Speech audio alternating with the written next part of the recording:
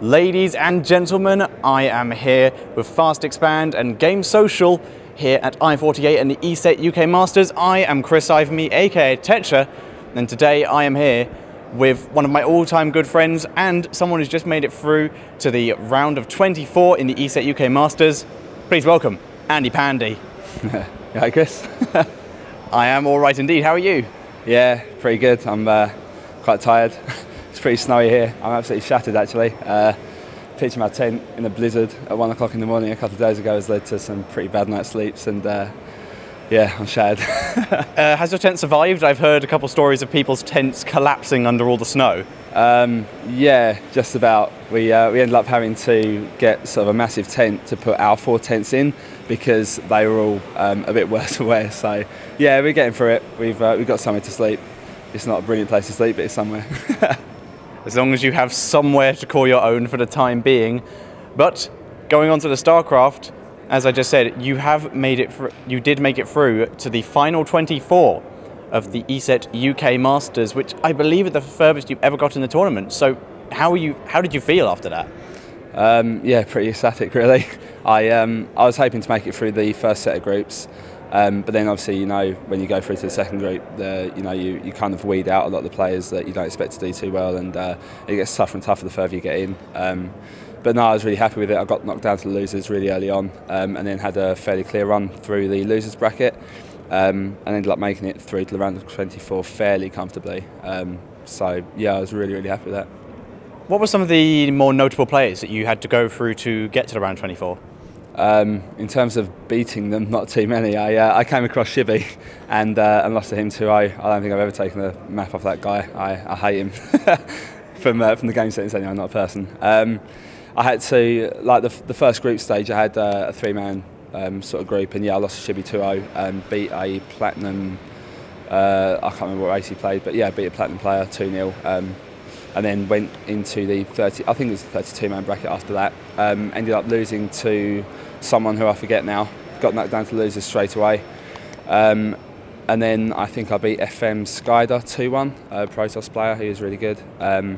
Played against a Zerg player called Webby, and I managed to beat him 2-0 I think, and then had to play a Protoss player called Buzz, who I beat 2-0 as well, and that sort of got me through I think. And I believe you came to the last I-Series as well and did the...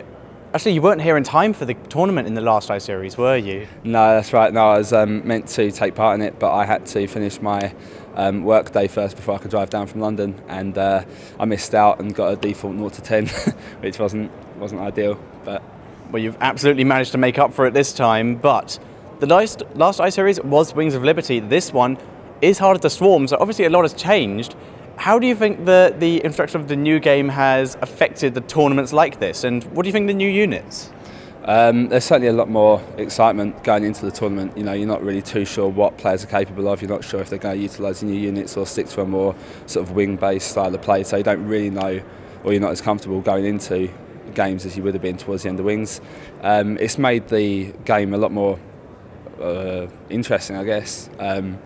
You know, people are mixing up their styles. I mean, I just came out of a series with Lau, who I've only ever seen play mech, and he was mixing bio into his play with Widow Mines, which I found quite surprising. But it's yeah, it's got everyone really interested in the game again. It's got a much higher attendance here than it has been for the last couple of I-Series events that I've been to, I think. So yeah, it's really good to see, really exciting. And you've been to a couple of previous I-Series events before this, before ESET came in and changed everything up. What do you think the introduction of ESET has, running the StarCraft tournament, has really done for the I-Series StarCraft in the UK?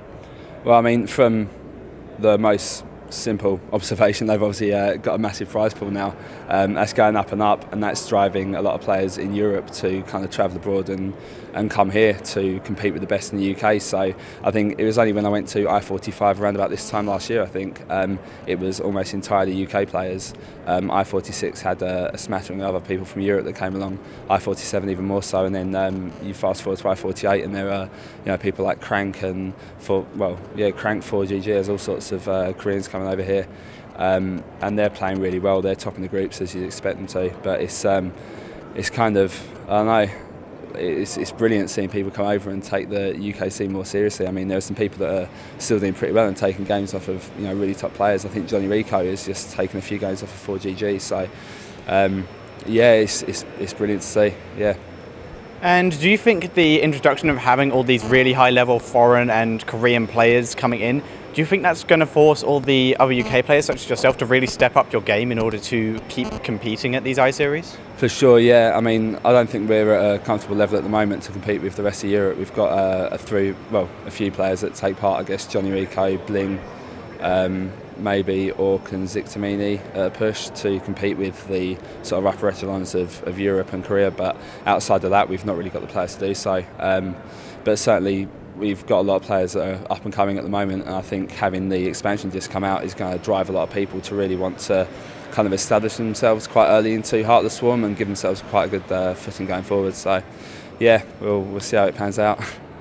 Okay, and the next question I'm going to ask is a bit twofold, because if we cycle back to last I-Series, I believe on that one you came teamless due to being on VYE before that and that really not having a presence at the last I-Series. Yeah. And in this one, not only you're on a team, you're also in a Dinosaur outfit. Would you like to explain that to me? Yeah, sure. So this was the kind of first official event that we wanted to unravel raw gaming to everyone in the UK community, really. I think there were kind of murmurs of what we were doing because as a core, me and the two Dans have been together, before VYE, even going back to our GG days last year. But yeah, we just wanted to make a pretty bold statement, just to say that we're out here, we're a new team, we're up and coming. We wanted to just kind of make ourselves known, and certainly part of that was getting the whole outfit sorted, for the same price as buying a team T-shirt. We just got bloody Dinosaur costumes imported from China, so yeah, it's quite cool. It's been good fun as well. A lot of people have been coming over and sort of complimenting our outfits, which has been quite fun. It's just made it a bit more enjoyable, really. And do you think that, you said you guys have been friends for a long time, but do you think uniting under a team banner has really forced you guys to pitch together, work together and just step up into the upper league of UK teams? Yeah, for sure. I mean, there's a great sense of unity with us all anyway. We, me and Dan do a lot of practice games. We've got Anatole as well, who plays a lot with us, and we speak to him a lot on Skype. He's a brilliant addition to the team. And I think throughout the course of I-48, we've also picked up Demon, who was another player that we've conversed with a lot recently as well. So yeah, I feel like we've got a pretty strong roster at the moment. Hopefully I'm able to sort of invest a bit more time, because I still absolutely love playing the game. I just don't have the time I'd like to pour into it. So yeah, fingers crossed we can show some good results in the I-Series tournaments going forward, and if there is something like a WCS UK going forward, then hopefully making ourselves known in that will be pretty beneficial as well.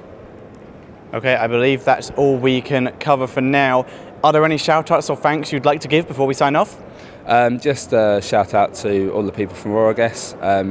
I'll be like the two Dans, Anatole and Demon in terms of players, and then all the other people that help us out. Rachel with the photography, our content writers, Hayley, and there is another guy, but I can't remember his name. I feel absolutely terrible. Chris.